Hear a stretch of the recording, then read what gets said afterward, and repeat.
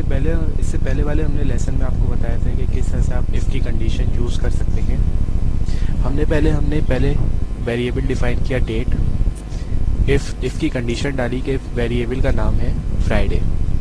जैसे ही इसने इफ़ की कंडीशन को पढ़ा तो इसने ई को डिफाइन कर दिया ट्रू। अब हम बताएंगे इसी में आप एल्स की कोडिंग किस तरह से आप डिफाइन कर सकते हैं। सबसे पहले आपको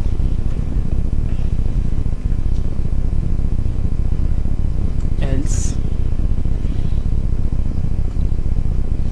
इफ और एल्स दरअसल एग्जीक्यूट के लिए यूज़ होते हैं कोड ऑफ सेट के लिए कि कंडीशन ट्रू है या फॉल्स।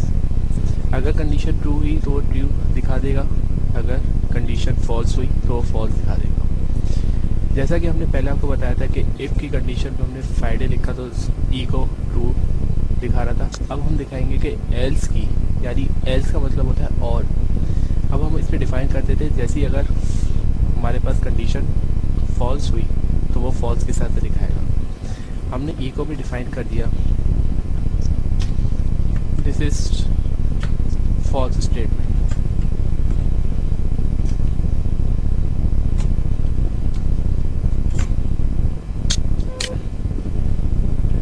हमने कंडीशन उसी पे अप्लाई की है तो पेज का नाम वही रहेगा। हम जैसे ही इसके ऊपर अपडेट करेंगे यानी हम रिलोड करेंगे तो ये कंडीशन ट्रू ही दिखा रहा होगा।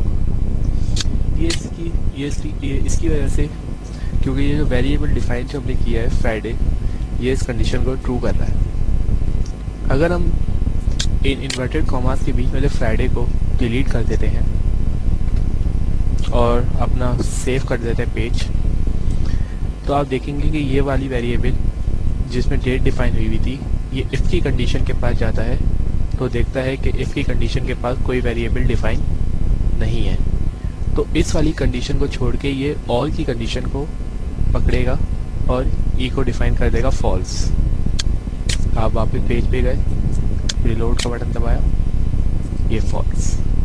इस तरह से आप बहुत सी कंडीशन अप्लाई करके ट्रू एंड फॉल्स, आपने देखा ही होगा कि आप एक वेबसाइट ओपन करते हैं तो आपके पास बहुत से नाम लिखे हुए आते हैं। जैसे ही आप अपना नाम इंसर्ट करते हैं तो वो कहता है कि ये पहले से ही नाम मौजूद है, तो ये इफ़ और एल्स की कंडीशन उस पर लगती है।